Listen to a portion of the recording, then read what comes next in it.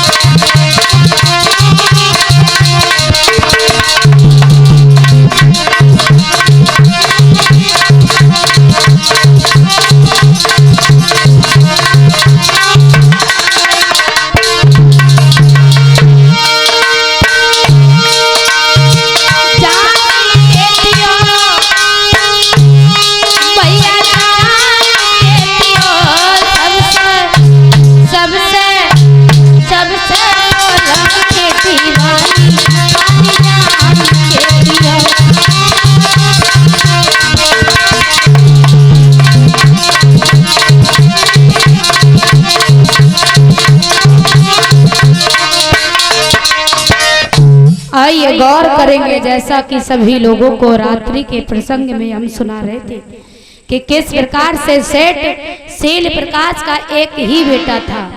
उन पिता के भी विचार ये थे कि हम अपने पुत्र को अच्छी रास्ते पे डालें, लेकिन माता पिता के विचार यही रहा करते हैं कि अपने संतान को हम इस मंजिल तक पहुंचाएं जो हमने मेहनत करी, उस मेहनत का रंग हमें अवश्य मिले।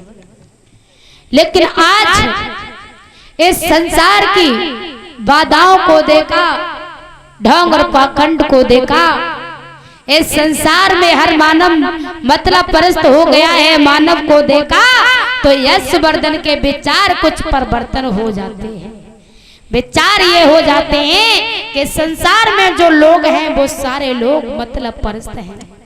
हम जी रहे हैं तो मतलब परस्त जी रहे हैं, संसार के लोग जी रहे हैं तो वो भी मतलब परस्त जी रहे हैं। एक कभी ये कहता है कि मानव इस पृथ्वी पर तो आ जाता है लेकिन जीना नहीं सीख पाता है। एक वो शराबी भी होता है, अपने जीवन को बिता लेता है। एक वो गरीबी हो पास में होती है मानव के, तो वो भीख मांग करके अपने जीवन को बिता लेता है। लेकिन सत्य के मार्ग पर जो चलता है उसका जीवन भव सागर से पार हो जाता है। बूढ़े पिता ने उन यशवर्धन को समझाया तो विचार कुछ परिवर्तन हो गए, और परिवर्तन ऐसे हो गए। एक कवि कह रहा है कि धन तो वही रहता है पर धंधे बदल जाते।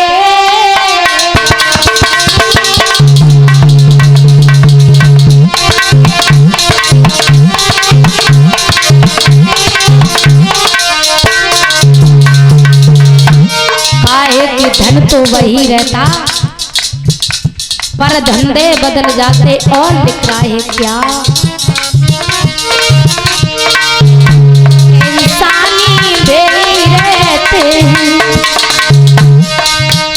इंसानी बेई रहते हैं, विचार बदल जाते।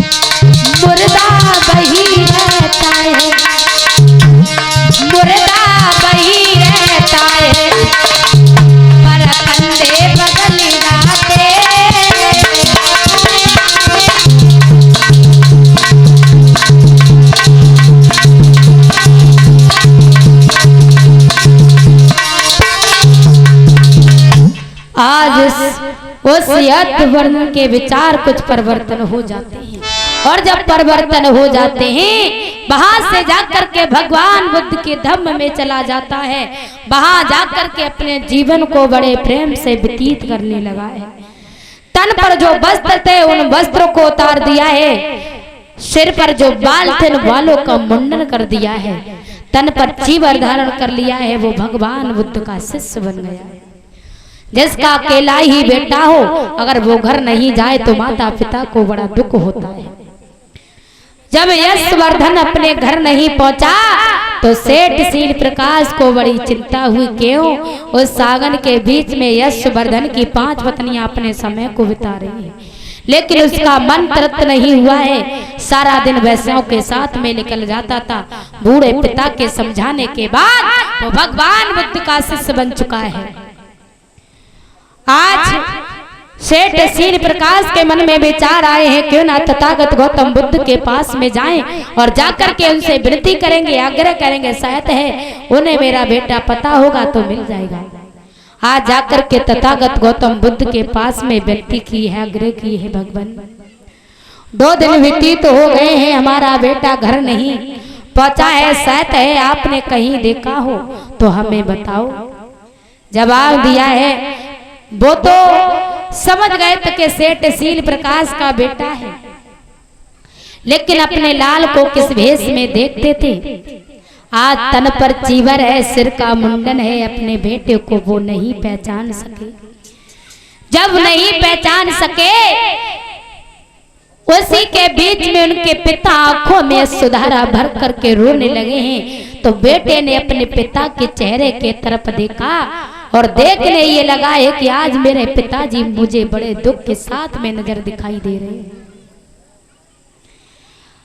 पहले तो अपने बेटे को देखते रहे, लेकिन नहीं पहचान पाए अपने बेटे को, और जब पहचान लिया तो उसी समय अपने बेटे की एकदम से हाथों की कलाई पकड़ के आज सेठ शील प्रकाश रोने लगे। हे लाल, हम ये क्या देख रहे हैं? आपको हम पहचान भी नहीं पा रहे हैं। आपने अपनी ये दशा की है, लेकिन हमें बड़ा दुख हो रहा है। लाल जवाब दिया है, पिताजी आप नहीं जानते हो संसार के नियम।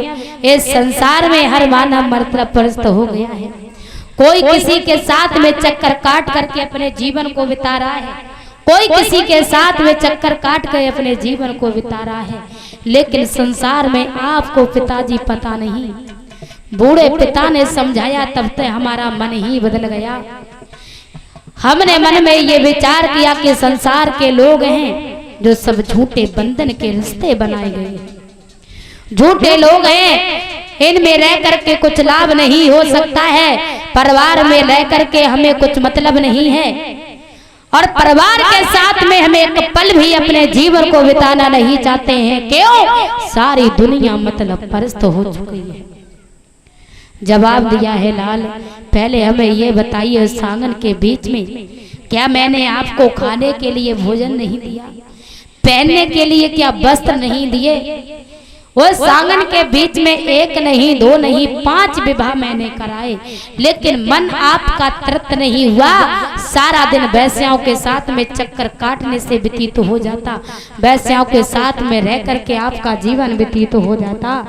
लेकिन हमें समझ में नहीं आ रहा है, हम आपको खुशियां दें तो किसके साथ में रह करके दे सकें, और क्या मैं स्वयं में दुख उठाएं जो आपको हम खुशी पहुंचा सकें।